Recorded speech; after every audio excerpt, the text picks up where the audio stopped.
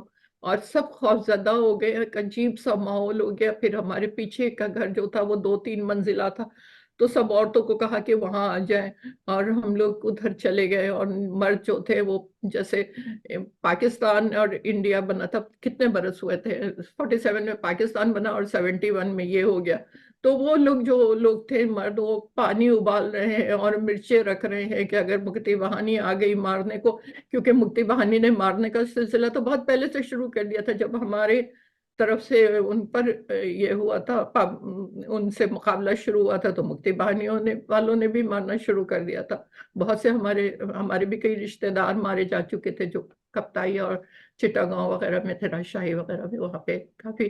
تو اب یہاں پہ بھی جان کا خوف تھا، اور سب عورتوں کو نیچے محفوظ کر کے مرد چھت پہ چلے گئے کہ وہ آئیں گے تو ہم مرچوں سے اور گرم پانی سے مقابلہ کریں گے، بھلا یہ کوئی مقابلہ فوج سے ہو سکتا ہے. لیکن شکر ہے کہ انڈین فوج آ گئی تھی. بھارتی فوج نے تو ایسا نہیں ہونے دیا.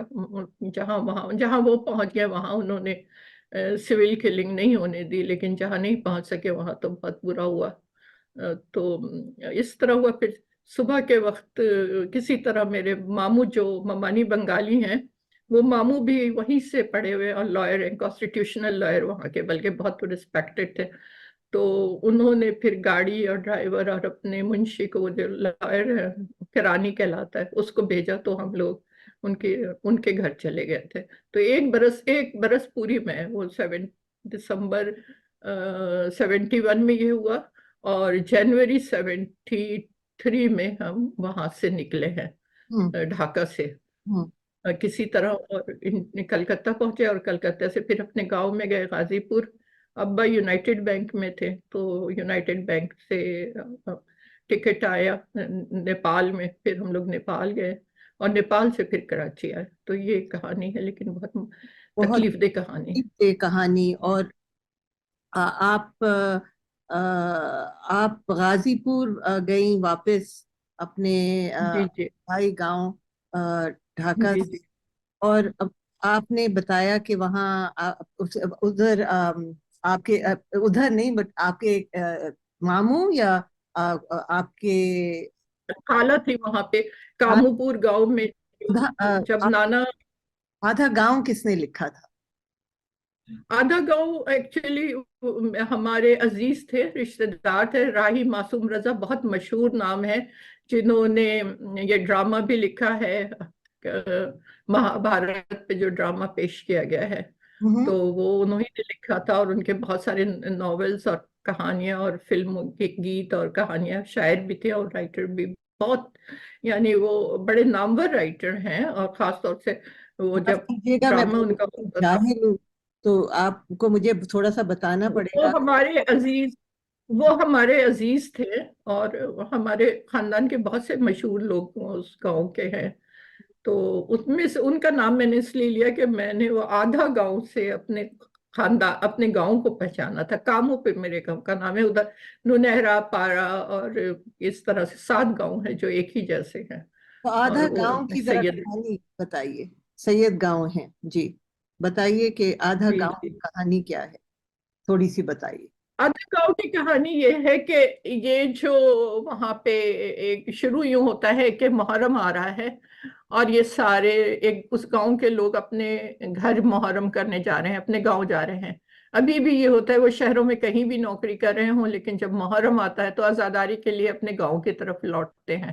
بالکل. اور گاؤں میں جو عزاداری ہے وہ اس میں وہاں کے ہندو، مسلم، شیعہ، سنی سب اسی طرح سے حصہ لیتے ہیں، ایک ہی طرح سے، کوئی فرق نہیں ہے. جی پوری بالکل. اہتمام سے عزاداری ہوتی ہے. اور جو جھگڑا ہوتا ہے وہ کسی اس بات پہ نہیں ہوتا کہ وہ مسلمان ہے یا ہندو ہے، جھگڑا اس بات پر ہوتا ہے، دکھاوے پر، ہوں. کہ 2 کزنز ہیں تو وہ 2 محلے میں بٹے ہوئے ہیں، تو ایک محلہ دوسرے، اس کو پٹی کہتے ہیں، فلا پٹی کے لوگ جو ہیں وہ دوسرے سے زیادہ اس پہ. ابھی بھی میرے کزن بتا رہا تھا کہ ایک دفعہ جلوس میں یہ ہوا کہ کسی کا تعزیہ پیچھے کے بجائے آگے آ گیا، تو آپ ڈنڈے نکل آئے آپس میں مرنے مارنے کے لیے. تو اس پر لڑائیاں ہوتی تھی، اس پر لڑائیاں نہیں ہوتی تھی کہ کوئی ہندو ہے، مسلم ہے، شیعہ ہے، سنی ہے. تو ابھی پھر میں پھر گئی تھی 2010 میں، جب میں نے آدھا گاؤں میں محرم پڑھنے دیکھنے کا، اور مجھے خیال آیا، اور میں نے ایک پورا رپورٹ تاج آ کے لکھی ہے. اور جو ابھی جاوید صدیقی بھائی کو اتنی پسند آئی کہ وہ چاہ رہے ہیں کہ اس کے اوپر کوئی ڈاکومنٹری بن جائے وہاں پر. ہاں. تو یہی کہ یہ عزاداری جو ہے وہاں پر ایک دیکھیں، محرم جو ہے نا وہ ہماری ثقافت ہے. جی. محرم مذہب نہیں ہے. مذہب تو وہی ہے 5 وقت کی نمازیں، حج، زکوٰۃ جو ہے.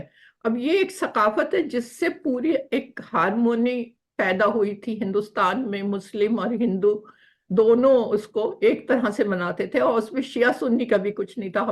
میں نے دیکھا جب میں گئی کہ جو سنی مسجد کے پیش امام ہیں وہ جلوس کو لیڈ کرتے ہیں ماتم کرتے ہوئے، اور ہوں. تعزیہ محلے کے ہر چوراہے پہ رکھا جاتا ہے. تو جو بڑا تعزیہ ہوتا ہے وہ ہمارے بڑے امام باڑہ ہے وہاں پہ رکھ دیا جاتا ہے. پھر ہر محلے سے ایک تعزیہ آتا ہے جس کو وہاں سے اس سے ٹچ کر کے لے جا کے ان کے چوراہے پہ 7 اور 8 کی رات کو محرم کے رکھ دیا جاتا ہے. اس کو ملانی کی رسم کہتے ہیں. اور جب 10 محرم ہوتے ہیں تو وہ آتا ہے، پھر اس سے ٹچ کیا جاتا ہے، اور پھر اسے لے کر انتظار کرتے ہیں. اور یہ اناؤنسمنٹ ہوتا ہے، جو میرا کزن ہے وہ اناؤنسمنٹ کرتے تھے کہ پہلے نمبر پہ یہ تعزیہ ہوگا، دوسرے پہ یہ ہوگا، تیسرے پہ یہ ہوگا. اور پھر وہ پوچھتے تھے کسی کو اعتراض تو نہیں ہے. تو یہ صدیوں سے اسی طرح آیا ہے، ہوتا آیا. پھر سنی مسجد کے پیش امام آتے، وہ شروع کرتے نوحہ. اور پھر ایک ہندو لڑکا راجو پانڈے، اس وقت تو وہ لڑکا تھا، اب تو ماشاءاللہ وہ میں نے یوٹیوب پہ دیکھا کہ وہ بہت مشہور ہو گیا ہے. وہ ایک نوحہ پڑھتا تھا کہ ایک عزادار ہیں ہم، ایک عزادار ہیں ہم، یوں تو ہندو ہیں مگر شہ کے وفادار ہیں ہم. اور یہ پڑھتا تھا. اور وہ جو مسجدوں کے پیش امام تھے ان کا احمد مامون اور محمد مامون 2 بزرگ تھے. اب ان کے لڑکے یہ کام کر رہے ہیں. تو وہ پڑھتے تھے یا حسین الوداع، یا حسین الوداع سے یہ شروع کرتے تھے اپنا نوحہ پڑھتے ہوئے. یہ جلوس وہاں کی ہر گاؤں میں ایک کربلا بنی ہوئی ہے، کربلا یہاں پہ بھی بنائی جاتی ہے. اور اس میں ایک جگہ ہوتی ہے جہاں تعزیے ٹھنڈے کیے جاتے ہیں. ٹھنڈے کرنے کا مطلب ہے کہ تازیوں کے جو تبرکات ہیں وہ دفن کر دیے جاتے ہیں. اور وہاں وہی کربلا جو ہوتی ہے وہ ہماری قبرستان بھی ہوتا ہے، ہم لوگوں کا خاندانی قبرستان وہی کربلا ہوتی ہے. تو اس طرح کی عزاداری وہاں پر ہوتی ہے. اس پر میں نے پورا ایک رپورتاج لکھی ہے اور بہت دلچسپ ہے وہ. ہاں. اور کتنی زبردست بات ہے کہ ہم یہ گفتگو محرم آنے سے چند دن پہلے ہی کر رہے ہیں فاطمہ، اور جی میں ہاں اپنا حصہ ڈال دوں اس میں کہ میرا خیال ہے کہ محرم ہمیں انسانیت سکھاتا ہے. آپ نے ثقافت کی بات کی تو سچ مچ جو درد جو دل میں پیدا ہوتا ہے وہ محرم کی وجہ سے پیدا ہوتا ہے. ظاہر سی بات ہے، مذہب تو ہم سب کا ہی ہے، اور ہمارا رشتہ سیدھا اللہ سے ہی ہوتا ہے، لیکن محرم کی وجہ سے ہمارا رشتہ انسانوں سے بھی ہوتا ہے، ایک دوسرے سے، اور جی، ہمارے درد پیدا ہوتا ہے بہت. حسین کی بہت اچھی بات آپ نے کی ہے. آپ یہ دیکھیں نا، میر انیس کی مرثیے جو ہیں، اس میں کیا ہے؟ اس میں رشتوں کا احترام ہے، اور اس میں قربانیوں کے جذبے کو، یہ جو سوز ہمارے دل میں پیدا ہوتا ہے، وہ اس قربانیوں کے جذبوں اور جو تکلیف سے وہ لوگ گزرے، اس میں کس طرح سے ساتھ دیا رشتوں نے، ان سب کی کہ اس میں بہن بھی ہے، اس میں دوست بھی ہیں، اس میں بھتیجا بھی ہے، اس میں بھانجا بھی، اس میں اولادیں بھی ہیں، جو سب امام حسین کے ساتھ کھڑے ہوئے ہیں. ان کے کنیز بھی ہے فضا، اور ان کے جو غلام ہیں وہ بھی دور دور سے دوست آ گئے ہیں، چچا بھی. اصحاب ہیں. جی ہاں. تو یہ رشتوں کا احترام، یہ رہن سہن کا طریقہ، کس طرح سے ایک دوسرے کے لیے قربان ہوتے ہیں، کس طرح سے احترام کے رشتے کیسے قائم ہوتے ہیں، محبتوں کے رشتے کیسے قائم ہوتے ہیں، بچوں کا کس طرح، عورتوں کا سب سے بڑھ کے تو بی بی زینب نے جب کھڑے ہو کے خطبہ دیا ہے یا بازار میں خطبہ دیا ہے، تو آپ یہ دیکھیں کہ ایک عورت کی کتنی بڑی طاقت کو انہوں نے، کیا وہ ایک استعارہ بن گئی ہیں، ایک علامت بن گئی ہیں، ایک سچی مثال بن گئی ہیں. تو یہ کہاں پر ہے کہ عورت کو گھر میں بند کر دو؟ جب وقت آتا ہے تو اپنے بھائی کے لیے جب جیسے امام حسین نے اپنے نانا کے مذہب کو بچایا، اتنی ہی قربانی ان کی بہن نے بھی دی ہے. تو میں یہاں یہ کہوں گی کہ محرم میں اور ہمارا جو پورا عقیدہ ہے اس میں ہم یہ سیکھتے ہیں کہ ہمارے لیے انسانیت جو ہے وہ بہت بڑی چیز ہے، اور انسانیت کا مطلب فیمنزم ہے. تو ادھر ہم تھوڑا رکتے ہیں، اور فیمنزم ہم سیکھتے ہیں حضرت زینب کے کردار سے. تو اب یہاں رکتے ہیں، ایک پاز لیتے ہیں اور واپس آتے ہیں. جی جی فاطمہ، تو ہم بات کر رہے ہیں حضرت زینب، انسانیت، اور انسانیت کا مطلب فیمنزم. اور اب آپ مجھے اپنی کتابوں کے بارے میں بتائیے، اور اگر آپ تھوڑی سی اپنی شروع کیجئے اپنی شاعری سے. جی جی. یوں ہے کہ جب میں 73 میں یہاں آئی، سن 1973 میں، تو سن 1976 تک جو میں نے شاعری لکھی، وہ اس میں میری پہلی کتاب بہتے ہوئے پھول تھی، شعر مجموعہ، اور اس میں زیادہ نثری نظمیں تھیں، اور اس میں کافی فیمنسٹ نظمیں تھیں، جو باقاعدہ فیمنزم کا لیبل لگائے بغیر میں نے لکھی تھی، کیونکہ وہ ایک لڑکی کا تجربہ تھا، اور وہ لڑکی جس نے اتنی بڑی ہجرت، اتنی بڑی تبدیلی سہی تھی، اور پھر ایک نئے جگہ پہ آ کر خود کو منوا رہی تھی، اور جو کچھ میرا شعور تھا سیاسی اور سماجی، وہ اس کتاب میں، اس شاعری میں ظاہر ہو رہا تھا. تو اسی دوران جو کچھ میں نے لکھا وہ خاصا فیمنسٹ تھا. اور جو سن 1975 میں خواتین کا عالمی سال منایا گیا پہلی مرتبہ، آپ کو تو یہ پتہ ہے، 8 مارچ کو عالمی دن مقرر کیا گیا تھا، اور پاکستان میں بیگم نصرت بھٹو نے بھی اس کو منایا تھا. تو میں نے ایک نظم لکھی تھی خواتین کے عالمی سال میں، تو یہ میں سب سے پہلے سناتی ہوں، اس سے آپ کو یہ میرے پہلے مجموعے میں بھی موجود ہے. اور اس نظم کا عنوان ہے خواتین کے عالمی سال میں، اور نیچے میں نے حاشی میں دے دیا ہے کہ یہ سن 1975 کی ہے. وہ نظم ہے: میں ماں سے کہتی ہوں، یہ پیڑ جو میں نے بڑے شوق سے لگائے تھے، اب آج سیب بن کر میرے بچپن کا خوف دہراتے ہیں. میں ماں سے کہتی ہوں، یہ پیڑ جو میں نے بڑے شوق سے لگائے تھے، اب آج سیب بن کر میرے بچپن کا خوف دہراتے ہیں. وہ ہنستی ہے اور کہتی ہے، میری گود تمہارے لیے بہت چھوٹی ہے. وہ واہ. ہنستی ہے اور کہتی ہے میری گود تمہارے لیے بہت چھوٹی ہے. پھر میں آنکھوں کا راز چھپانے کے لیے اخبار سامنے کر لیتی ہوں اور اس کی ڈھونڈتی نگاہیں ویتنام کی تصویروں میں الجھ جاتی ہیں. پھر میں آنکھوں کا ہراس چھپانے کے لیے اخبار سامنے کر لیتی ہوں اور اس کی ڈھونڈتی نگاہیں ویتنام کی تصویروں میں الجھ جاتی ہیں. وہ دھیرے سے کہتی ہے جنگ سے اغوا تک کی خبروں میں کیا تم نے کوئی امن کا اشتہار بھی ڈھونڈا؟ وہ دھیرے سے کہتی ہے جنگ سے اغوا تک کی خبروں میں کیا تم نے کوئی امن کا اشتہار بھی ڈھونڈا؟ میں تمہیں تمہارے باپ کے خلاف بولتے دیکھ کر بہت خوش ہوئی کہ اب میں تمہاری پناہ میں آنا چاہتی ہوں. واہ. اب آپ یہ دیکھیں کہ یہ شعور اس وقت کے ماں بیٹی کی پناہ میں آنا چاہتا ہے. وقت نے ثابت کیا، آپ نے دیکھا کہ نصرت بھٹو بے نظیر کی پناہ میں آئی اور اب تو تمام بیٹیوں نے ماؤں کو پناہوں میں لے رکھا ہے. ماؤں کو نہیں، پورے پورے گھرانے اور خاندان کو بھی اپنی پناہ میں لے لیا ہے. تو یہ 75 کی تھی.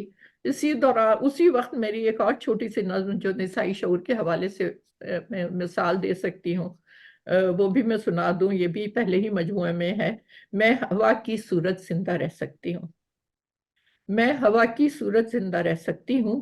میں تمہارے لیے نیم کا کڑوا پیڑ ہوں جس کا پھل تم چاہو بھی تو نہیں چکھ سکتے. بس چھاؤں میں کچھ دیر آرام کر لو کہ رنگ میرا بھی سبز ہے. واہ. کچھ دنوں پہلے مجھ پر ایک جن رہتا تھا. کچھ دنوں پہلے مجھ پر ایک جن رہتا تھا، لیکن ایک سفر کے بعد میں نے اسے جن تسلیم کرنے سے انکار کر دیا تو وہ روٹھ گیا. میں نے اسے نہیں منایا کہ موسموں نے جو سبق مجھے سکھائے تھے ان میں ایک یہ بھی ہے کہ میں ہوا کی صورت زندہ رہ سکتی ہوں. واہ.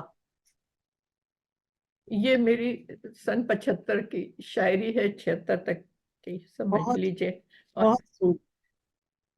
میرے دماغ میں اتنی اور باتیں ایک ساتھ آ رہی ہیں، بہت سارے ایموشنز آ رہے ہیں، لیکن آپ اور شاعری سنائیں. بہت ہی زبردست فاطمہ. ہاں ہاں. اب اس کی جو پہلی نظم ہے جو اس کتاب کی، یہ سمجھیے کہ ایک طرح سے میری اس کتاب کا پیش لفظ بھی تھا، منظوم پیش لفظ ہی کہہ لیجئے. اس کا عنوان بھی میں نے پہلی نظم رکھا: ہونٹ کے زاویوں میں بھٹکتے ہوئے تم نے کتنے کونے دیکھے، بے معنی آہٹوں بے شناخت چہروں میں تم نے کیا کچھ ڈھونڈا. تم کہاں کہاں گئی انسانی عظمتوں کا جھوٹا لبادہ اوڑھ کر، مگر اس پہ اپنے ہی لفظوں سے پیوند لگاتی رہی. حواس کے یہ شعبدے تمہارے سامنے ہیں. تم نے زمینی کھیلوں کو دیکھا کہ شطرنج کی بساط پر گھوڑا 2.5 قدم چلا اور زمین کا رنگ بدل گیا. تم نے زمینی کھیلوں کو دیکھا کہ شطرنج کی بساط پر گھوڑا 2.5 قدم چلا اور زمین کا رنگ بدل گیا. بدلے ہوئے رنگوں میں بھٹکتے ہوئے کیا تم بغیر سیاہی کے سفیدی کو ڈھونڈ سکی؟ کیا تم بغیر سیاہی کے سفیدی کو ڈھونڈ سکی؟ کبھی روشنی کی لکیر اندھیرے میں مدغم ہو کر گم ہو گئی، کبھی اجالوں نے اندھیرے کو گلے لگا لیا اور تم نے چکا چوند سے گھبرا کر آنکھیں مون لی. کیا یہ بھی حواس کا کوئی شعبدہ تھا؟ کیا یہ بھی حواس کا کوئی شعبدہ تھا؟ جب بھی تم نے چاہا لفظ کو بے معنی کر دیا اور جب چاہا خاموشی میں آواز ڈھونڈ لی. تمہارا یہ سفر کس کے لیے ہے؟ تمہارا یہ سفر کس کے لیے تھا؟ کہہ لو اپنے لیے. لیکن یہ سب شریک سفر، تمہارے لفظ کیوں ان کی گواہی بن گئے ہیں؟ ہاں تم ان کی مقروض ہو. جتنے پیوند ان سے لیے ہیں انہیں دے کر آج بے لباس ہو جاؤ. تو یہ میرے اس مجموعے کی بہتے ہوئے پھول کی پہلی نظم ہے. یہ مجموعہ آپ دیکھ لیجئے کہ سن 1976 تک کی شاعری میں ہے، جب میری عمر صرف 23 برس تھی. واو. نہیں 20 برس تھی، بلکہ میں 53 میں پیدا ہوئی ہوں. کتنے سال کی تو تھی؟ میں سن 1953 میں، جنوری سن 1953 میں پیدا ہوئی تھی. نہیں، جب آپ نے یہ تو یہ لکھا 73، آپ کی عمر تھی؟ میں بس ہوئی میں 20-21 برس کی تھی جب میں آئی ہے. مجموعہ میرا ہے 76 تک کی شاعری ہے، تو یہ 75 میں آیا، 22 برس کی تھی میں. اور سنائیے تو فاطمہ. اچھا یہ اچھا پھر اس وقت تو یہ میں ہاں لکھ رہی تھی، لیکن جب یہ صرف فیمنزم ہی نہیں اور بھی شاعری ہے، لیکن میں آپ کو ابھی وہ بتا دوں کہ جو میں نے خواتین سے متعلق دو کام کیے. ایک طرف تو میں شاعری میں وہ اپنے احساسات کو لکھ رہی تھی، دوسری طرف میں نے مضامین اور کہانیاں لکھی. کہانیوں کو بھی، میری جو کہانیاں گم ہو جاتی ہیں آپ کے لٹل بک شاپ پہ موجود ہے، اس میں بھی آپ دیکھیے گا کہ ایک ایڈولسنس ایج سے لے کر بڑی عمر تک کی خواتین کے جو تجربات ہیں اور جو ان کی فیلنگس ہیں وہ اس کے اندر موجود ہیں، انہی سے متعلق ہے. تو جب وہ کتاب آئی تھی تو ضمیر علی بتائی انہی نے اس کا دیباچہ لکھا تھا، اور انہوں نے حوالہ دیتے ہوئے ہماری جو فیمنسٹ رائٹر ہیں ویسٹ کی، انہوں نے یہ لکھا تھا کہ یہ اردو میں فیمنسٹ کانشیسنس کی پہلی ایک کتاب مجھے ملی ہے، جس میں میں نسائی شعور کو دیکھ رہا ہوں. تو میں نے نسائی شعور پہ کام بھی شروع کر دیا تھا، اور میں نے فہمیدہ ریاض کی وعدہ کے لیے 3 کتابیں، پہلی کتاب تھی خاموشی کی آواز مرتب کی، جس میں نسائی تنقید پر ایک ہم نے کانفرنس کروائی اور اس کے سارے پیپرز اور کچھ اور مکالمات کر کے اس کتاب کو کتابی شکل دی، اور اس کو میں نے اور آصف فروخی نے ایڈٹ کیا تھا. پھر دوسری اور جو وہ کتاب کتاب تھی کیا فہمیدہ ریاض کی پبلشنگ پریس نے چھاپی تھی؟ فہمیدہ ریاض نے ایک آرگنائزیشن بنائی تھی وادہ، ویمن اینڈ ڈیولپمنٹ ایسوسیشن. تو اس میں ہم لوگوں نے فہمیدہ نے بڑا کام کروایا. وہ کانفرنس کرتی تھی اور پھر کانفرنس کے جو پیپرز ہوتے تھے ان کو کتابی شکل دیتی تھی. تو اس طرح 4 کتابیں جو آپ کو اردو میں فیمنزم پر جو کتابیں اگر نظر آئیں گی تو وہ وعدہ کی کتابیں ہیں. 4 کتابیں ہیں.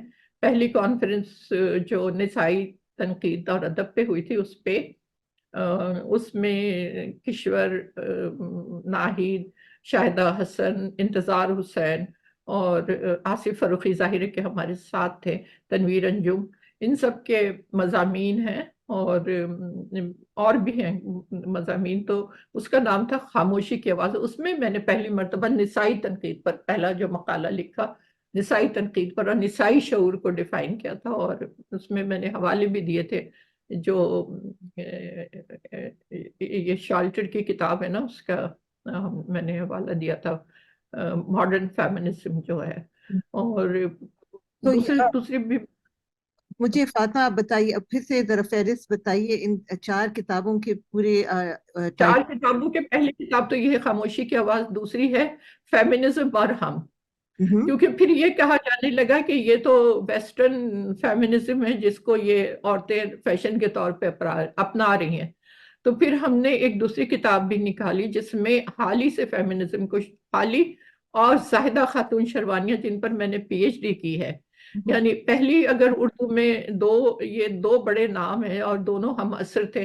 حالی کی آپ مناجات بیوہ دیکھ لیجئے، اور زاہدہ خاتون نے تو باقاعدہ 60 بند کا شکوہ اقبال کے شکوے کے طرز پہ لکھا، اور یہ مثنوی آئین حرم کے نام سے انہوں نے یہ شائع کروائی. اور اس کے بعد مولوی ممتاز علی کا جو لاہور میں اشاعت گھر تھا اس سے وہ شائع ہوئی، اور انہیں 100 کتابوں کے پیسے بھی بھیجے کہ یہ جو لوگوں کو بھیجیے جو پڑھنے والے ہیں. وہ ایک شعور پیدا کرنا چاہتی تھی کہ جو برصغیر کے مسلمان اپنی عورتوں کو جاہل رکھ رہے ہیں، اس سے ان کی نسلوں میں کیا تباہی آ رہی ہے اور کیا انحطاط آ رہا ہے ان کی نسلوں میں.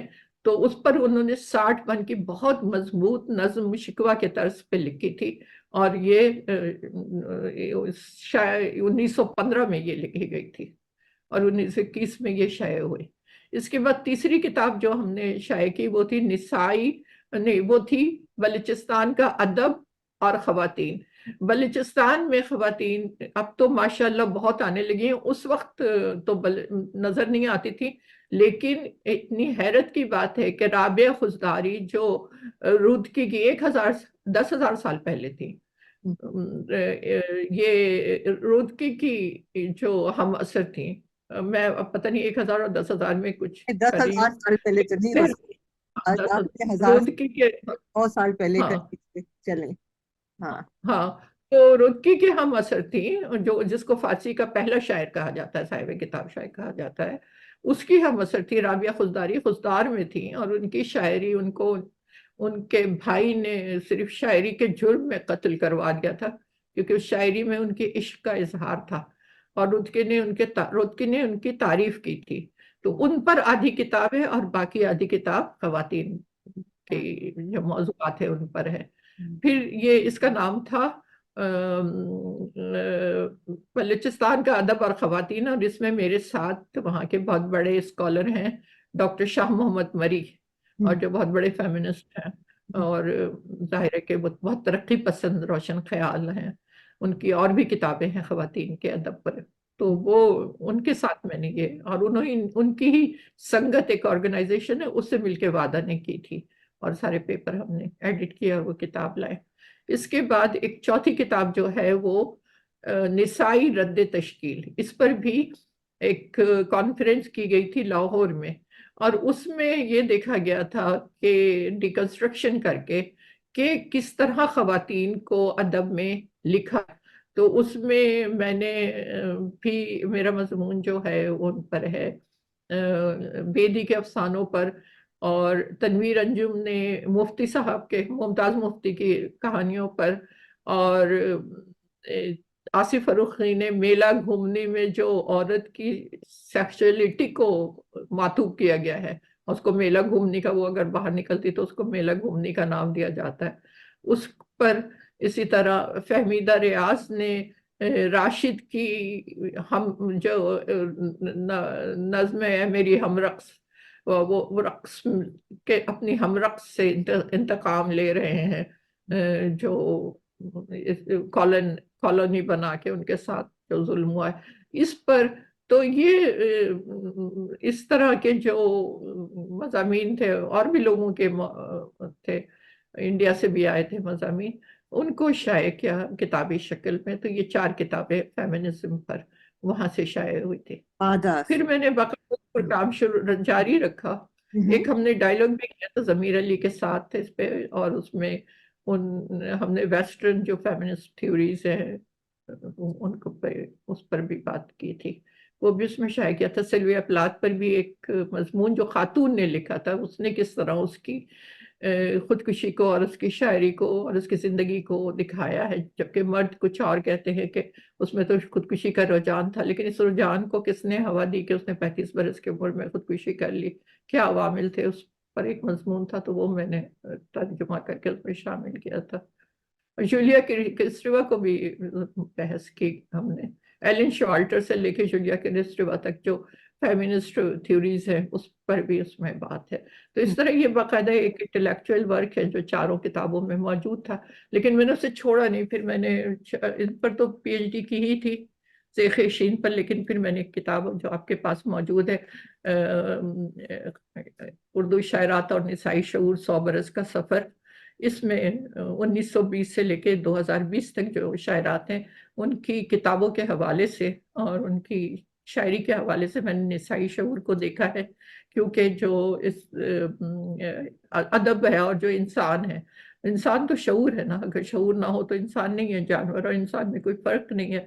تو پروفیسر ممتاز حسین نے لکھا کہ اگر شعور کو کہیں دیکھنا چاہیے، شعور کا ارتقا ہوتا ہے، تغیر بھی آتا ہے، تغیر پذیر بھی ہوتا ہے، ارتقا پذیر بھی ہوتا ہے، اور اس کے سماجی اور سیاسی عوامل اس کے شعور پر اثر انداز ہوتے ہیں. تو اس اثر اندازی کو اگر کہیں دیکھنا ہے تو وہ ادب میں دیکھا جا سکتا ہے. تو میں نے یہی اس میں 2 سوال اٹھائے کہ ایک تو یہ کہ عورت کے شعور کو، کیونکہ سارے مفروضات پر عورت کے بارے میں قائم کیے گئے تھے، جو ہمارے مبلغین بھی تھے، پریچرز بھی تھے، اور جو رائٹرز بھی تھے، وہ عورت کے بارے میں اپنی طرف سے کیا کیا مفروضے لکھ رہے تھے، ناقص العقل ہے، قابل اعتبار نہیں ہے، کمزور ہے، وغیرہ وغیرہ. اس کے ممبر پہ بیٹھ جی بکواس کر دی. ممبر پہ بھی بیٹھ کے یہی باتیں ہوتی تھی، وہ ویسٹ کا ہو یا ایسٹ کا ہو، اور وہ کتابوں میں بھی یہی لکھا جاتا تھا.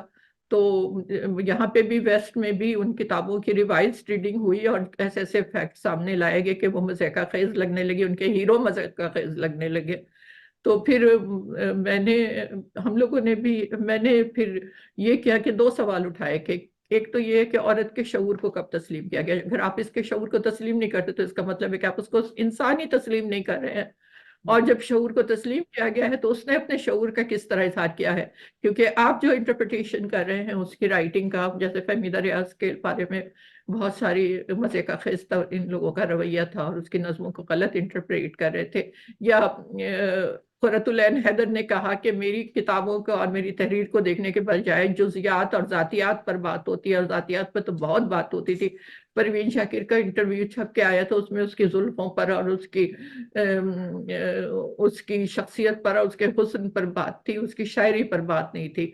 اور پھر یہ ہے کہ اگر کبھی شاعری پہ بات بھی کرتے تو فلاں شاعرہ سے اچھی ہے اور فلاں شاعرہ سے شاباش شاباش لکھتی رہو آگے جاؤ گی وغیرہ, اس طرح کا رویہ ہوتا تھا, تنقید نہیں ہوتی تھی. تو پھر میں نے یہ کہ باقاعدہ تنقید لکھنی شروع کی اور میری کتابیں دوستہ آئی جو مضامین پہ کنٹمپریریز پر میرے مضامین ہیں. اور پھر یہ نسائی شعور پر میں 100 برس کا سفر, اس پر میں نے 25 برس کام کیا اور یہ کتابی شکل میں آ گئی اور آپ کے یہاں موجود ہے. جسے پڑھنا ہے وہ آپ کے اس سے بھی لٹل بک شاپ سے بھی حاصل کر سکتا ہے. تو اب اس سے پہلے کہ میں آپ سے کہوں کہ آپ مجھے اور اپنی شاعری سنائیں, میں بس ایک کامنٹ یہاں کرنا چاہ رہی ہوں, اس لیے کہ محرم بھی آنے ہی والا ہے اور ہم حضرت زینب کے بارے میں بات ابھی کر چکے ہیں تھوڑی سی.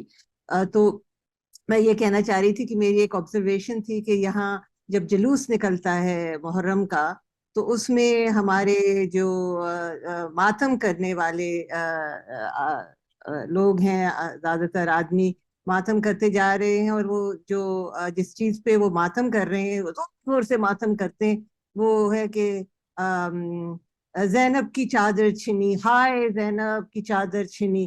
اور میں جس کو جو بھی ہاتھ لگ جائے اس سے یہ کہتی ہوں, بھائی تم چادر پہ کیوں فوکس کر رہے ہو ان کی, تم یہ یہاں کھڑے آج اس لیے ہو کہ زینب نے بتایا کہ کیا ہوا, انہوں نے تو آگے چلایا, انہی کی وجہ سے آج ہم ہیں, انہی کی وجہ سے. وہ تو وہاں ایک اتنی بڑی شخصیت, اگر وہ چادر میں چھپ کے منہ ڈھک کے بیٹھ جاتی تو کیا بچتا, جس کے لیے تم ان کی چادر چادر چادر پہ لگے ہوئے ہو, اس کے علاوہ تمہیں کچھ جی بالکل صحیح آپ نے یاد دلایا. اور آپ کی بات کو اگر میں شاعری میں سنا دوں تو بالکل بالکل سنائیے فاطمہ.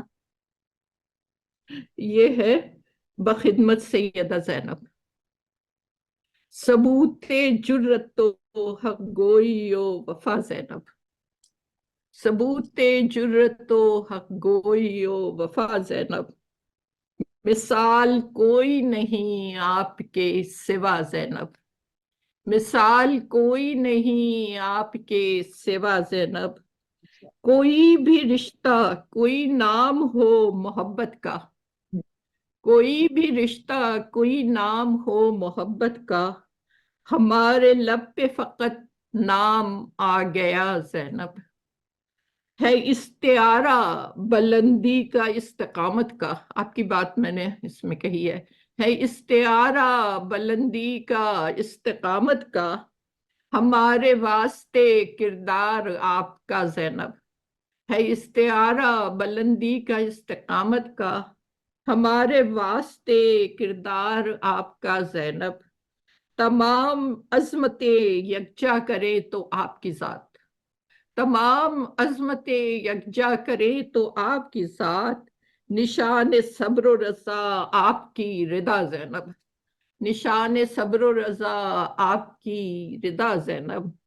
سجا کے آئینہ تذلیل کرنے والوں کو, سجا کے آئینہ تذلیل کرنے والوں کو, اسی کا چہرہ وہیں پر دکھا دیا زینب. سجا کے آئینہ تذلیل کرنے والے کو, اسی کا چہرہ وہیں پر دکھا دیا زینب. ہمارے گرد بھی ایک کوفیوں کا لشکر ہے, ہمارے گرد بھی ایک کوفیوں کا لشکر ہے, منافقوں سے ہمارا ہے واسطہ زینب. ہوا ہے ظلم کہیں ہم کلام مسند سے, خطاب آپ کا پھر یاد آ گیا زینب. اور وہی ہے مارکے خیر و شر زمین, وہی فرات وہی دشت کربلا زینب. اور تمام راستے بازار شام جاتے ہیں، ہمیں بھی چاہیے اب ایک رہنما زینب، واہ ہمیں بھی چاہیے ایک رہنما زینب۔ تو یہ میں نے آپ کی بات نے مجھے یہ اپنی نظم یاد دلائی۔ واہ واہ فاطمہ، بہت ہی زبردست آپ۔ اس میں نہ ہائے ہے نہ وائے ہے نہ ترس ہے، نہ ان کی جرت کی بات ہے، ان کے کردار کی بات ہے، اور آج کے حالات کی بات ہے۔ یہ جب عراق میں ہو رہی تھی جنگ تو اس وقت میں نے یہ لکھی تھی۔ ہوا یہ وہی ہے مارکہ خیر و شر زمین، وہی فرات، وہی دشت کربلا زینب۔ اور سب تو ہر طرف ہی دشت کربلا ہے دنیا میں اس وقت، جو غزہ میں ہو رہا ہے وہ بھی آپ دیکھ لیں کیا ہو رہا ہے، میں نے اس پہ بھی لکھا ہے۔ اب تو سنائیے۔ فلسطینی ماں، اچھا میں یہ بتاؤں کہ ابھی میری چاروں کتابیں ایک ساتھ شائع ہو گئی ہیں، اور وہ جو اس کا نام ہے انکہی بات کا دکھ، واہ مجموعے کا نام ہے۔ واہ واہ۔ تو اس میں ہی، ہاں اس میں ہی ایک نظم ہے فلسطینی ماں، تو وہ میں دیکھتی ہوں مجھے یاد آ گئی تو، لیکن جب تک میں وہ نکالتی ہوں اس سے پہلے میں انکہی بات کا دکھ سنا دیتی ہوں، جو میری کتاب کا ٹائٹل اس سے ہے، اور اس بیچ مجھے وہ نظم بھی نظر آ جائے گی۔ تو لیجیے فلسطینی ماں سامنے آ گئی۔ سنائیے۔ زخم میرے ہرے ہیں ابھی، یہ نظم میں نے اس وقت لکھی تھی جب وہ ان پر بچوں پر اس سے ویپن سے، جو کیمیکل ویپن ہے ان سے حملہ کیا گیا تھا، اور اس وقت نہ کوئی ڈاکٹر نہ دوا کچھ بھی کام نہیں آ رہی تھی۔ تو اس وقت میں نے دیکھا تھا ماؤں کو، اور میں اس وقت سے یہاں تھی، نیو یارک میں تھی، یہ 2013 کا واقعہ ہے۔ تو میری دوست ہے مارٹی راجندرا، وہ ہے تو امریکن لیکن وہ بہت ہم لوگوں سے کے دکھوں سے محسوس کرتی ہے، تو وہ مجھے لے گئی تھی اس پہ ڈیمونسٹریشن میں جو اس عورتوں نے اس حملے کے خلاف کیا تھا، تو میں نے یہ نظم لکھی تھی، فلسطینی ماں۔ زخم میرے ہرے ہیں ابھی، دیکھو میرے بدن پر لگے گھاؤ سب رس رہے ہیں ابھی، غور سے ان کو دیکھو گے تو ان کی تکلیف تم کو نظر آئے گی۔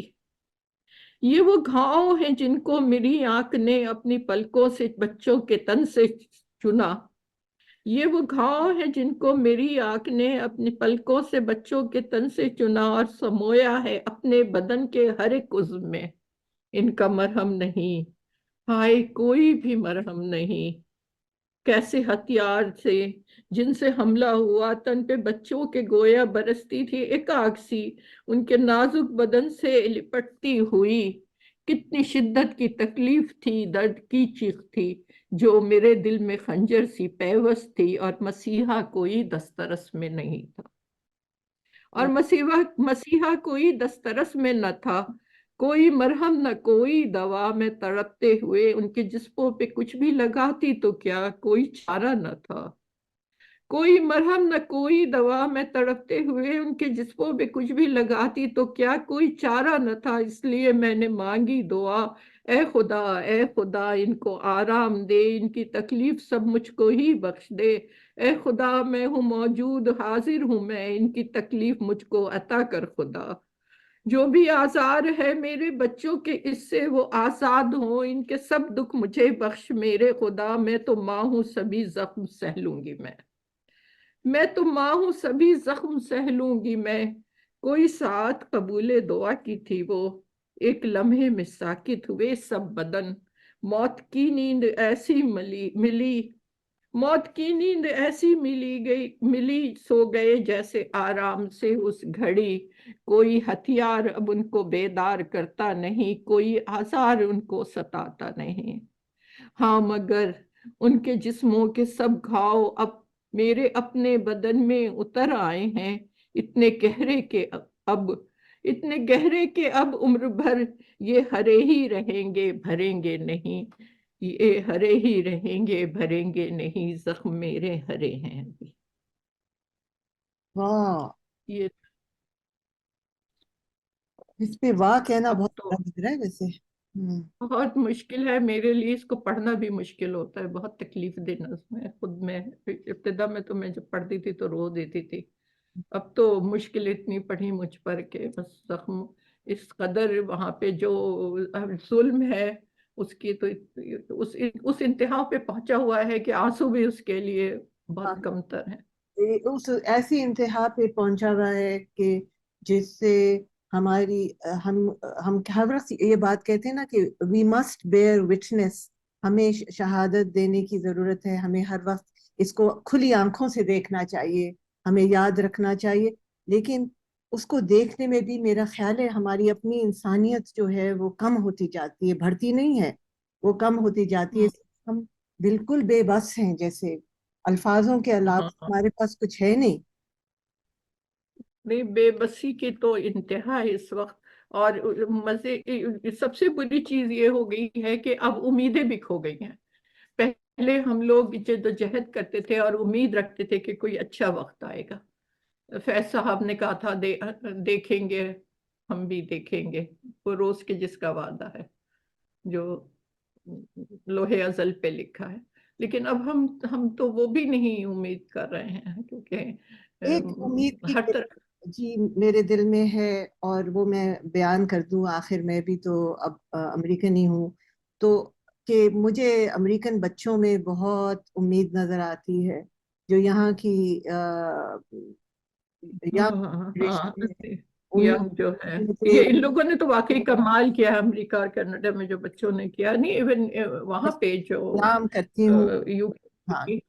کہ اب ان کی آنکھیں کھل گئی, اور عورتوں نے, ہاں, اور یہ بہت بہت عورتوں نے. اور مورل جنریشن ہے. ہم سمجھتے تھے کہ یہ بیکار ہیں یہ بچے اس جنریشن کے, ان کے منہ آئی فونز میں اور آئی پیڈ میں پھنسے ہوئے ہیں, اور یہ اور کچھ نہیں دنیا کا جانتے. لیکن میں بہت بالکل غلط تھی اس پہ.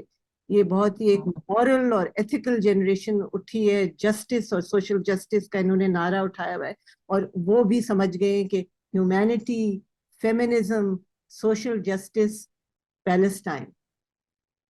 ہاں بالکل, آپ نے ٹھیک کہا. یہ بڑی اچھی بات کی ہے کہ ہماری امیدیں بھی تو نوجوان نسلوں ہی سے ہونی چاہیے. ہم جو بڑی عمر کے اپنے تجربوں کی وجہ سے کبھی کبھی مایوس بھی ہو جاتے, کیونکہ ہم بھی جب نوجوان تھے تو ہم نے کیا کیا جدوجہد نہیں کی ہے. تو لیکن اب واقعی یہ بچے تو امید ہے نا, اور جو دنیا میں جو بھی نیا بچہ آتا ہے تو خدا, اس بات کا ثبوت ہے کہ خدا بھی مایوس نہیں ہوا ہے. تو ہمیں بھی مایوس نہیں ہونا چاہیے اور ان کا ساتھ دینا چاہیے. بالکل. فاطمہ آپ ایک میں تو اپنی اور دوست مارٹی کو دیکھتی ہوں کہ کس طرح سے وہ ہمارے لیے تڑپتی ہے, ہر سانحے پہ تڑپتی ہے, اور ہمیشہ وہ سڑک پہ کھڑی ہوتی ہے ایک بینر اٹھائے ہوئے. آپ کی دوست, آپ تو اپنی دوست کی بات کر رہی ہیں؟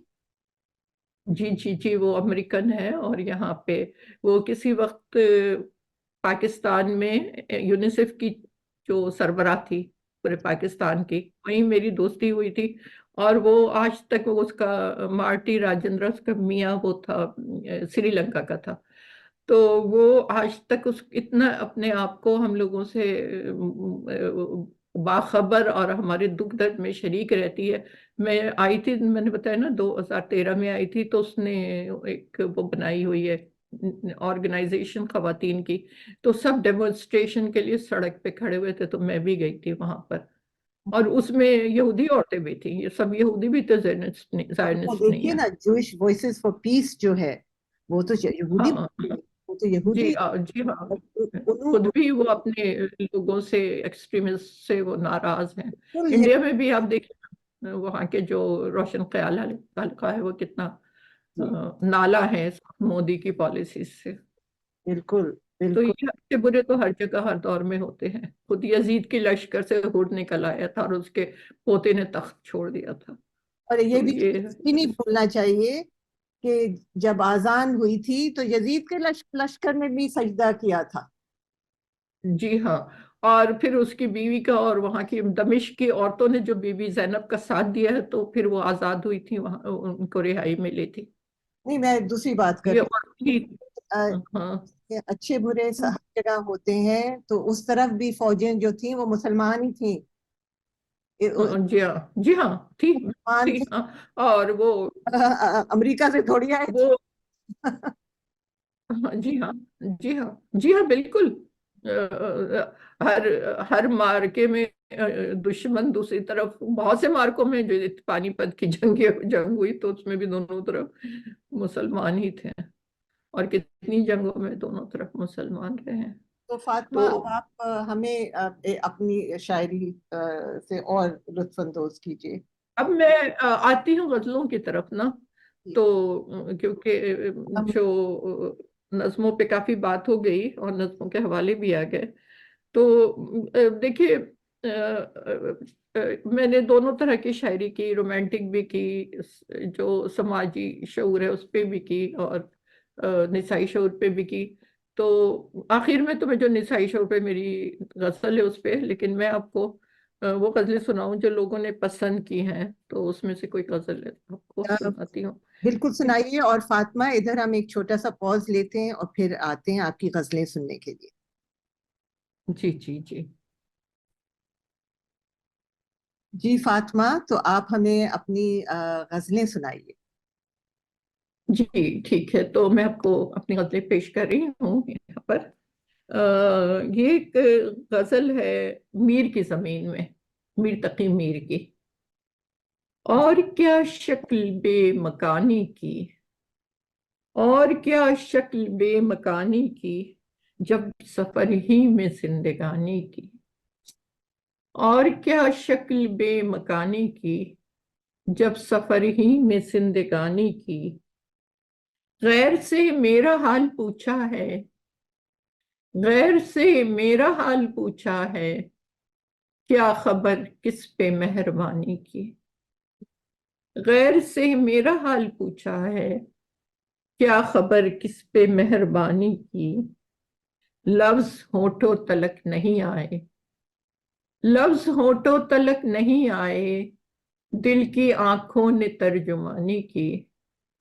لفظ ہونٹوں تلک نہیں آئے، دل کی آنکھوں نے ترجمانی کی. آپ سے شکوے جفا کرنا بھول تھی یہ بھی نوجوانی کی. جس کو لکھ کر مٹا دیا میں نے، ابتدا تھی وہی کہانی کی. جو تلاطم ہے میرے اندر ہے، آنکھ میں بوند کب ہے پانی کی. اور کچھ تو وہ شام خوبصورت تھی، اور کچھ اس نے بھی سہانی کی. کچھ تو وہ شام خوبصورت تھی، اور کچھ اس نے بھی سہانی کی. اس زمین سخن پہ رہتی ہوں، میر نے جس پہ حکمرانی کی. واہ واہ واہ. کہ میرا حال پوچھا ہے، کیا خبر کس پہ مہربانی کی. ایک اور غزل جو عموماً مشاعروں میں سنی جاتی ہے وہ یہ ہے: کیا کہوں اس سے کہ جو بات سمجھتا ہی نہیں. کیا کہوں اس سے کہ جو بات سمجھتا ہی نہیں.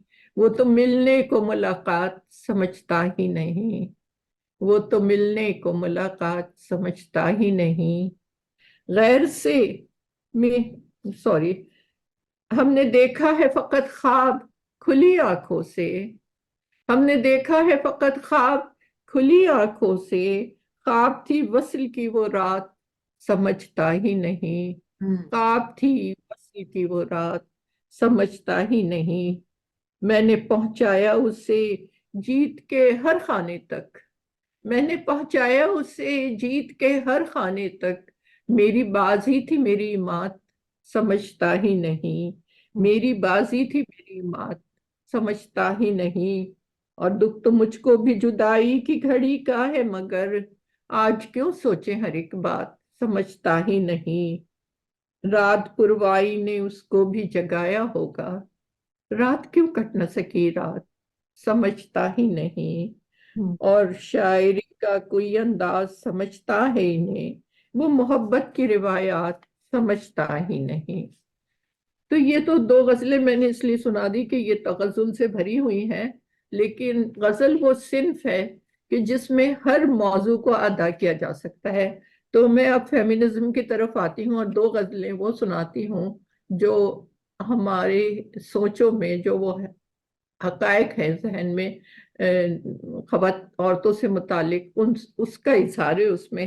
تو ایک تو یہ ہے کہ تہذیب کا جو سفر ہے وہ عورت کا ہی سفر ہے. اس کو تہذیب پروان چڑھانے میں عورت کا بہت بڑا حصہ ہے، اور تاریخ سے اس کو باہر رکھا گیا ہے، کیونکہ اس کا تو کردار اتنا فعال اور اتنا مضبوط تھا، لیکن اس کو بند کرنے کے لیے، اس کو محکوم رکھنے کے لیے مفروضات گڑھے گئے تھے، اور ان کے کارناموں کو تاریخ میں کبھی بیان نہیں کیا گیا۔ تو یہ ایک غزل ہے میری کہ روئی کے گالے سے دھاگے کا سفر میرا ہی تھا، روئی کے گالے سے دھاگے کا سفر میرا ہی تھا، اور مٹی سے بنا چھوٹا سا گھر میرا ہی تھا، اور مٹی سے بنا چھوٹا سا گھر میرا ہی تھا، دھان کے کھیتوں میں میری انگلیوں کا لمس ہے، دھان کے کھیتوں میں میری انگلیوں کا لمس ہے، دانے کو کھانا بنانے کا ہنر میرا ہی تھا، دانے کو کھانا بنانے کا ہنر میرا ہی تھا، پیڑ پودوں اور بچوں اور بوڑھوں کی خوشی، پیڑ پودوں اور بچوں اور بوڑھوں کی خوشی، سائے کی خاطر لگایا ہر شجر میرا ہی تھا، سائے کی خاطر لگایا ہر شجر میرا ہی تھا، جس کے آنگن کو سجایا خواب سے اور پھول سے، جس کے آنگن کو سجایا خواب سے اور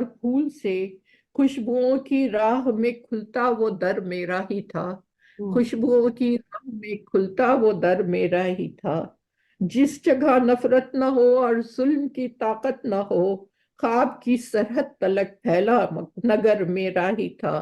کہتے ہیں عورت جنگ سے گھبراتی ہے، وہ نہیں، یہ اس وجہ سے جنگ سے نہیں گھبراتی، وہ اس وجہ سے جنگ کو ناپسند کرتی ہے کہ اس میں جو کچھ ہوتا ہے وہ بہت بڑا ظلم ہوتا ہے۔ جس جگہ نفرت نہ ہو اور ظلم کی طاقت نہ ہو، خواب کی سرحد تلک پھیلا نگر میرا ہی تھا۔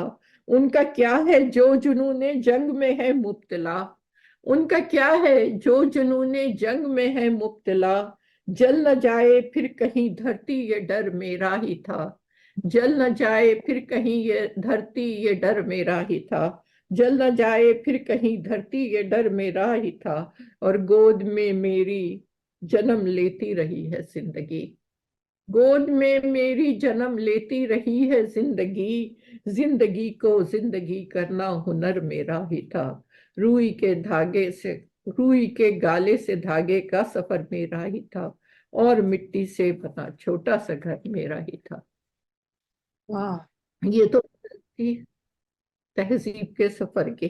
اور اب وہ جو مفروضات ہیں کہ وہ ناقص العقل ہے اور اس میں دانش نہیں ہے اور وہ اس کو جاہل رکھو وغیرہ وغیرہ، تو اور جو سارے ہمارا ایک ٹریڈیشنل شاعری ہے وہ صرف ہمارے کندھوں سے نیچے بدن پہ ہی ہوتی ہے اور لباس پہ ہوتی ہے، تو یہ دیکھی ہے کہ آنکھوں میں نہ زلفوں میں نہ رخسار میں دیکھیں، آنکھوں میں نہ زلفوں میں نہ رخسار میں دیکھیں، مجھ کو میری دانش میرے افکار میں دیکھیں، مجھ کو میری دانش میرے افکار میں دیکھیں، ملبوس بدن دیکھے ہیں رنگین قبا میں، اب پیرہن ذات کو اظہار میں دیکھیں، ملبوس بدن دیکھے ہیں رنگین قبا میں، اب پیرہن ذات کو اظہار میں دیکھیں، سو رنگ مضامین ہے جب لکھنے پہ آؤں، سو رنگ مضامین ہے جب لکھنے پہ آؤں،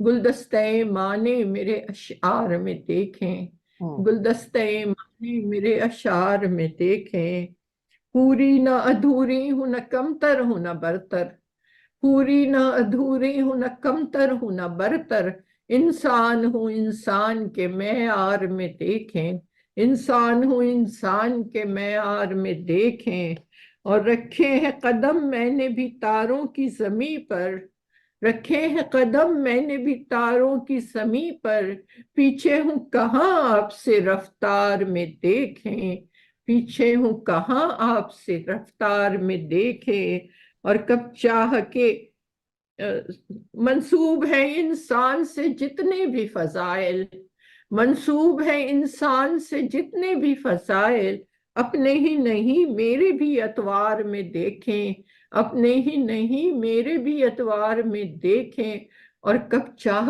کے سامان تجارت ہمیں سمجھے. کموڈیٹی سمجھا گیا نا عورت کو ہمیشہ. کب چاہ کے سامان تجارت ہمیں سمجھیں، لائے تھے ہمیں آپ ہی بازار میں دیکھیں، لائے تھے ہمیں آپ ہی بازار میں دیکھیں. اور آخری شعر ہے کہ اس قادر مطلق نے بنایا ہے ہمیں بھی، اس قادر مطلق نے بنایا ہے ہمیں بھی، تعمیر کی خوبی اسی معمار میں دیکھیں. آنکھوں میں نہ زلفوں میں نہ رخسار میں دیکھیں، مجھ کو میری دانش میرے افکار میں دیکھیں. واہ جی واہ فاطمہ، بہت سارے ایک ساتھ میرے دماغ میں خیالات آ رہے ہیں. تو مجھے تو لگتا ہے کہ ہمیں کوئی 5 گھنٹے کی پوڈ کاسٹ کرنی پڑے گی باتیں کرنے کے لیے پوری. لیکن واہ واہ، آپ کی شاعری تو بہت بہت ہی، جس کو کہتے ہیں نا، اس میں بہت طاقت ہے. اس میں کیا ہے اردو کا لفظ جو اس کے لیے، اس میں اس کا پیشن ان آپ انگریزی میں بول دیجیے. کوئی بات نہیں، سب سمجھتے ہیں انگریزی. میں کوئی لفظ ہاں تو انگریزی میں تو آسان ہے میرے لیے. say it's got passion, it's got power, and more than that, it's got a deep understanding of feminism. تو آپ کی شاعری میں یہ سب کچھ ہے. بہت ہی بہت خوب. اور اس گفتگو میں نے اتنا کچھ آپ سے اس وقت سیکھا ہے. اتنی چیزیں، آپ کا اتنا واسٹ کینوس ہے اردو لٹریچر پہ، اور آپ اتنا کچھ آپ نے بتایا ہے کہ آپ سے تو میرا خیال ہے ایک اور پوری نشست رکھنی ہوگی آپ کے ساتھ. آپ مجھے یہ بتائیے کہ کبھی آپ نے جی آپ لیکچرز بھی دیتی ہیں اردو میں کبھی؟ جی ہاں. جی جی جی. میں تو ایک تو یہ ہے کہ جب انہوں نے ہمارے جسٹس صاحب نے فیصلہ کیا تھا 2015 میں کہ اردو کو سرکاری زبان کے طور پر نافذ کیا جائے، وہاں پہ جسٹس عباد ایس خواجہ نے، سپریم کورٹ کا فیصلہ ہے یہ، اور ابھی تک یہ نافذ ہے. اور اردو اس طرح نافذ نہیں ہوئی جس طرح وہ چاہتے تھے کہ سرکاری زبان اردو کے طور پہ نافذ ہو. تو میں نے ایک نصاب تیار کیا تھا اور اردو خط کتابت کا، اور میں چونکہ انگریزی میں سب کرتی رہی ہوں، میں سرکاری نوکری میں تھی، تو میں نے اردو میں، اور وہ میں اس پہ بھی لیکچر دیتی ہوں. اس کے علاوہ میرا پیشہ جو تھا 32 برس میں پبلک ریلیشنز میں تھی. تو پبلک ریلیشنز کا مطلب ہے پوری جرنلزم، یعنی تحریر کا ہر وہ جو صنف ہے تحریر کی، یعنی تقریر لکھنی ہو، کہ پریس ریلیز لکھنی ہو، کہ ایڈورٹیزمنٹ لکھنا ہو، کہ سلوگن لکھنا ہو، وہ سارا اس میں آ جاتا ہے. اور پریس کانفرنس کرنی ہو تو میں لکھنا سکھاتی تھی، اور میں اپنے اسٹوڈنٹس کو میں نے پڑھایا یونیورسٹی میں یہ پبلک ریلیشنز اپنے تجربوں سے. اور اردو کے لیے تو جب بھی مجھے بلایا جاتا، خاص طور سے میرے فیمنزم پر بھی، یہاں پہ نزیرہ اعظم صاحبہ نے مجھے یہاں بلایا ہے واشنگٹن، اور میری نسائی شعور پر ہی میری گفتگو ہوگی، ایک پینل ڈسکشن ہوگا جس میں نزیرہ، سرور زہرا اور تسنیم عابدی مجھ سے بات کریں گی اس پر، نسائی شعور پر میری کتاب کے حوالے سے. تو یہ گفتگو کا سلسلہ تو چلتا ہی رہتا ہے. اور میں ڈائریکٹر ٹریننگ بھی تھی تو اس میں بھی میں لیکچر دیتی تھی. اب تو ذرا یہ ہے. فاطمہ، اپنی جو آپ کی جو ابھی جو پوزیشن ہے جو آج کل آپ کر رہی ہیں اس کے بارے میں بتائیے. آرٹس کاؤنسل میں جو جوش ملیح آباد میں وہ میموریل لائبریری. یہ میں بتاتی ہوں.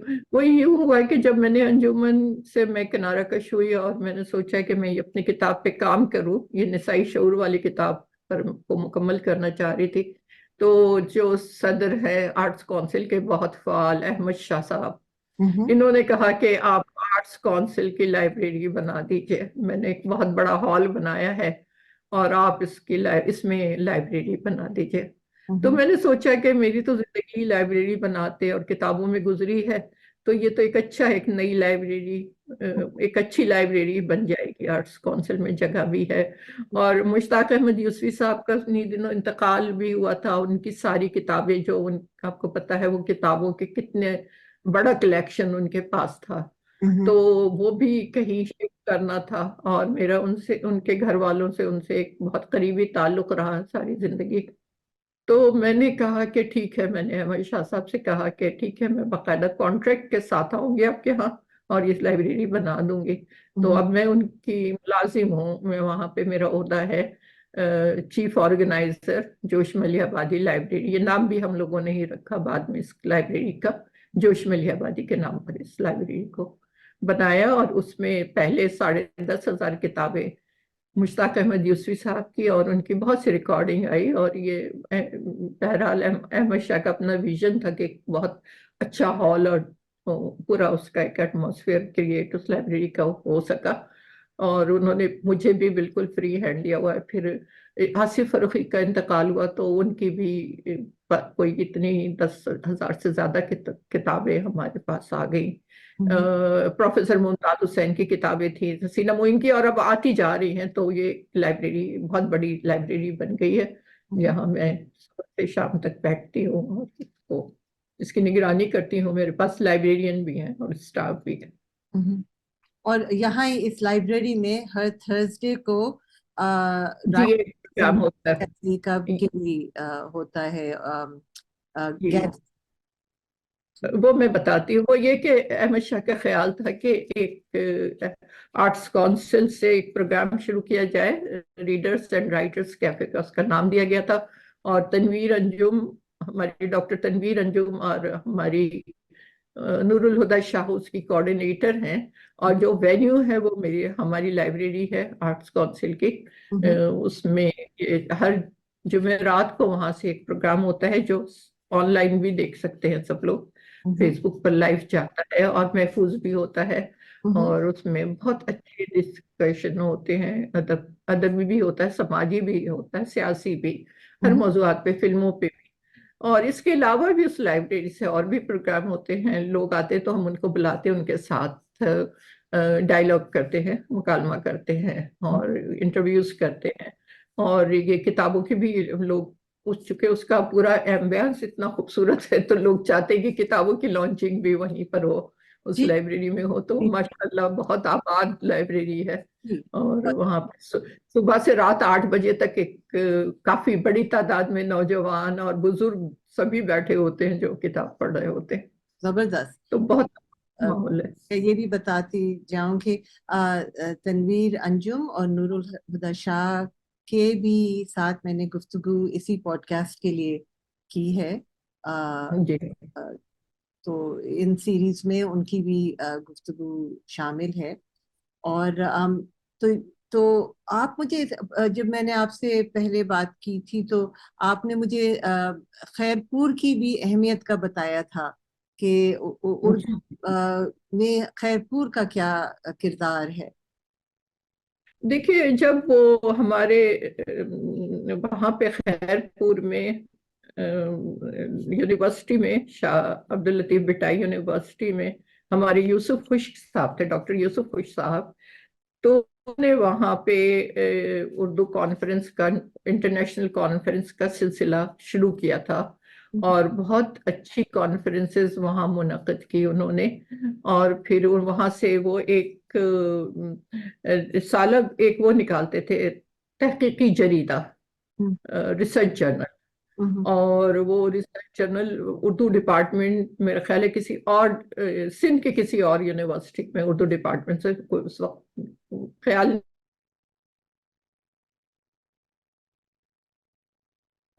آپ کی آواز ٹوٹ رہی ہے۔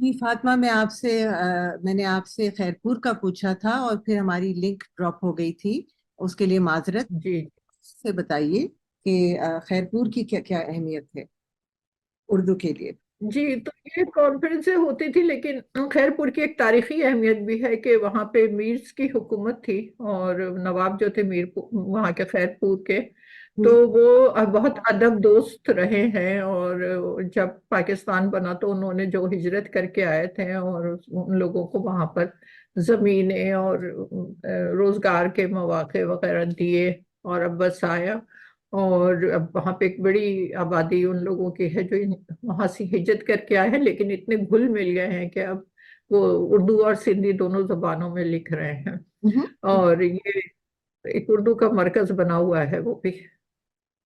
ہاں، جی اچھا جی۔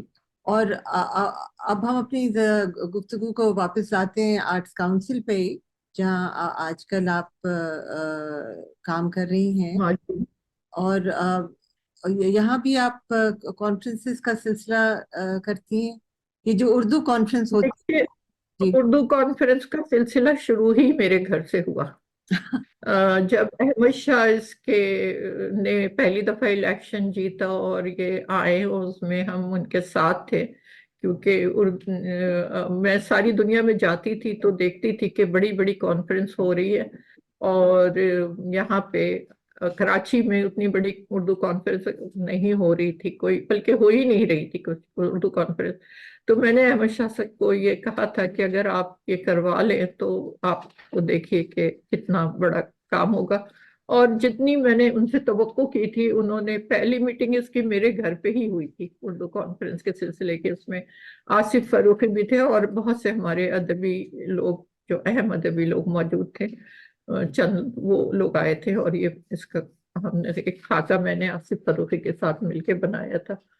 تو یہ، لیکن احمد شاہ کا کمال یہ ہے کہ انہوں نے اس کانفرنس کو اتنے عروج پر پہنچایا ہے، اور صرف وہاں کراچی میں نہیں بلکہ دوسرے شہروں میں بھی جا کے کر رہے ہیں، انٹرنیشنل بھی کر رہے ہیں۔ ہوں تو اس کانفرنس سے ایک اچھا تشخص آرٹس کونسل کو ملا اور کراچی شہر کو ملا، اور ہمیں اس بات پہ فخر ہے کہ اس میں دنیا میں سب سے بڑی اردو کانفرنس کراچی کے آرٹس کونسل میں ہوتی ہے، اور اس کا بہت بڑا کریڈٹ احمد شاہ کو جاتا ہے۔ احمد شاہ صاحب کا ذرا مجھے بتائیے کہ ان کا کیا بیک گراؤنڈ ہے، میں نہیں جانتی، تو آپ مجھے اور ہمارے سننے والوں کے لیے بھی جو نہیں جانتے ہوں گے۔ میرا خیال ہے کہ بہتر یہ ہے کہ آپ احمد شاہ صاحب سے ایک انٹرویو کر لیں، اور ان سے جی بالکل، ان ان کے سے ساتھ ایک بات پوڈ کاسٹ کر لیں۔ جی لیکن یہ ہے کہ میں جب سے احمد شاہ کو دیکھ رہی ہوں تو ادیبوں شاعروں کے بیچ دیکھ رہی ہوں، میں نے ان کو ہر جون ایلیا اور عبید اللہ علیم اور نصیر ترابی اور جو صحافی ہیں ہمارے ظفر عباس وغیرہ، ان لوگوں کے ساتھ ہی دیکھا ہے، اور یہ ان کے گھر میں رہتے رہے ہیں ڈاکٹر عالیہ امام کے، اور ادب میں بہت ہمیشہ سے، جب یہ بہت ہی ینگ اسٹوڈنٹ تھے جب سے دلچسپی لے رہے ہیں، اور آرٹس کونسل میں آنے کے بعد تو ان کی جو جد و جہد ہے، بلکہ ان کی پوری زندگی کا جو دائرہ ہے وہ ادب اور ثقافت کے گرد ہی گھوم رہا ہے، اور اس میں ان کی بیوی بھی، بچے بھی ان کے ساتھ ہے، چاند گل جو ان کی بیگم ہے وہ بھی پورا پورا ان کا ساتھ دیتی ہیں۔ ہوں تو یہ تو اچھا، اور کراچی یونیورسٹی سے انہوں نے تعلیم حاصل کی ہے، ویسے تو ان کا تعلق وہاں سے ہے، خیبر پختونخوا سے ان کے اجداد کا تعلق ہے، ان کا تو میں نہیں کہہ سکتی، ان کے والد یہیں رہتے تھے، یہ خود بھی یہیں پر پلے بڑے ہیں، ہوں تو پورے اردو والے ہیں، کراچی والے ہیں، ہوں لیکن یہ جو ہے انہوں نے بہت زیادہ ادب اور ثقافت پہ اپنے آپ کو، ان کا پیشن ہے یہ، کہتے ہیں کہ میں جب رات کو لیٹتا بھی ہوں تو مجھے میرے ذہن میں یہی سب کچھ موجود ہوتا ہے جو صبح میں کر رہا ہوتا ہوں، اور آگے کا پر دماغ سوچتا رہتا ہے، کام کرتا رہتا ہے۔ تو ہوں واقعی وہ نظر آتے، کیونکہ جتنے جہتوں میں انہوں نے آرٹس کونسل کو ترقی دی ہے، 4 اکیڈمیز وہاں پہ اکیڈمیز کام کر رہی ہیں، میوزک کی، تھیٹر کی ہوں اور فائن آرٹ، تو یہ بھی ہے، اور ان کے بھی بہت سے عزائم ہیں جو ابھی اللہ تعالیٰ ان کو طاقت دے، صحت دے، زندگی دے اسے پورا کرنے کے۔ نہیں، بہت ہی آرٹس کاؤنسل تو بہت میرا اردو کانفرنس سے اب کوئی ایسا خاص تعلق نہیں ہے، میں صرف اپنی لائبریری تک محدود ہوں، کیونکہ میں لکھنے پڑھنے والی ہوں، اور مجھے لکھنے پڑھنے کے لیے وقت چاہیے، اسی وجہ سے میں نے انجمن سے بھی انجمن کا بھی عہدہ چھوڑا تھا، اور اس سے پہلے آرٹس کونسل کا عہدہ چھوڑا تھا، اور ابھی بھی میں جب آئی تو میں نے احمد شاہ سے کہا تھا کہ میں گورننگ باڈی میں نہیں آؤں گی میں، یہ اس کی لائبریری کا صرف کام کروں گی. تو انہوں نے مجھے انہوں نے اپنی بات نبھائی ہے، اور میں صرف لائبریری سے متعلق ہوں، اور جو میں اس کی لائف ممبر ہوں وہ تو ہوں آرٹس کونسل کے. باقی احمد شاہ میرے لیے چھوٹے بھائی کی طرح ہیں، اور وہ میرا بڑی بہن کی طرح ہی احترام بھی کرتے ہیں. ونڈرفل. تو فاطمہ، اب ہم اپنی گفتگو کو ختم کرنے والے ہیں آج کے لیے. تو آپ مجھے ایک یا تو نظم سنائیے اپنی، یا غزل کوئی. ہاں وہ نظم رہ گئی تھی نا، ان کہیں بات کا دکھ، تو میں اسی پر اختتام کرتی ہوں. اور ایک جو تازہ غزل ہے وہ سنا دیتی، کیونکہ وہ کتاب سے باہر کی بھی ایک چیز ہو جائے گی. تو یہ جو کتاب ہے میری آئی ہے ابھی حال میں، انکہی بات کا دکھ کے عنوان سے 4 کتابوں کی ایک کتاب ہے، ایک مجموعہ ہے 4 کتابوں کا. تو اس میں سے یہی نظم سناتی ہوں. انکہی بات کا دکھ. جب بات نہیں ہوتی، کیا صبح نہیں ہوتی یا رات نہیں ہوتی؟ ایک دن جو گزرنا تھا وہ کل بھی تو گزرا تھا، جو آج گزرنی ہے وہ آج گزر جائے. ساکت ہیں کہاں گھڑیاں، جامد ہیں کہاں ساتھ، بجھ جائیں گے سب تارے، ابھرے تو ذرا سورج. تب ہوگی اس سے فرصت، تب ہوگی اسے فرصت، کچھ حال سنانے کی، ایک ریت نبھانے کی، رسمی ہی صحیح اس دم. کیا بات نہیں ہوگی، اور بات نہ ہونے سے کیا رات نہیں ہوگی؟ چھپ جائے گا یہ سورج، نکلیں گے سبھی تارے، آنکھوں کی کتابوں کے صفحات پہ رکھ دوں گی، ایک سادہ سے کاغذ پر اس بات کو رکھ دوں گی. جب بات نہیں ہوتی، کیا صبح نہیں ہوتی یا رات نہیں ہوتی. یہ نظم تھی. اور اب میں ایک جو بالکل تازہ ترین غزل ہے وہ سنا کر اپنی گفتگو ختم کروں گی، کہ یہ کتاب میں نہیں شائع ہوئی ہے. تازہ غزل. شدت سے عشق اور نہ وحشت کروں گی میں، شدت سے عشق اور نہ وحشت کروں گی میں، بس اپنی ذات ہی سے محبت کروں گی میں، بس اپنی ذات ہی سے محبت کروں گی میں. پتھر بنوں گی اور تراشوں گی اپنا بت، پتھر بنوں گی اور تراشوں گی اپنا بت، پھر اس کے احترام کو عادت کروں گی میں. پتھر بنوں گی اور تراشوں گی اپنا بت، پھر اس کے احترام کو عادت کروں گی میں. دشتے جنوں میں آبلہ پائی سے ہے گریز، دشتے جنوں میں آبلہ پائی سے ہے گریز، آیا جو یہ مقام تو ہجرت کروں گی میں، آیا جو یہ مقام تو ہجرت کروں گی میں. اور باہر تو انتشار ہے گردش ہے وقت کی، باہر تو انتشار ہے گردش ہے وقت کی، اپنے وجود ہی میں سکونت کروں گی میں، اپنے وجود ہی میں سکونت کروں گی میں. اور یہ شعر سنیے کہ دستک سے باب علم پہ جو آگہی ملی، دستک سے باب علم پہ جو آگہی ملی، خاموش رہ کے اس کی حفاظت کروں گی میں، خاموش رہ کے اس کی حفاظت کروں گی میں. یہ روح کی سپردگی اس میں انا ہے کیا، یہ روح کی سپردگی اس میں انا ہے کیا، جتنی اس سے پسند ہے منت کروں گی میں. یہ روح کی سپردگی اس میں انا ہے کیا، جتنی اسے پسند ہے منت کروں گی میں. اور سمجھے گا کون فاطمہ اس رمز کو میرے، سمجھے گا کون فاطمہ اس رمز کو میرے، جب ہجر کو نشاط محبت کروں گی میں، جب ہجر کو نشاط محبت کروں گی میں. وہ شدت سے عشق اور نہ وحشت کروں گی میں، بس اپنی ذات ہی سے محبت کروں گی میں. واہ فاطمہ، واہ واہ، آپ کا بہت شکریہ. آپ کا بھی شکریہ.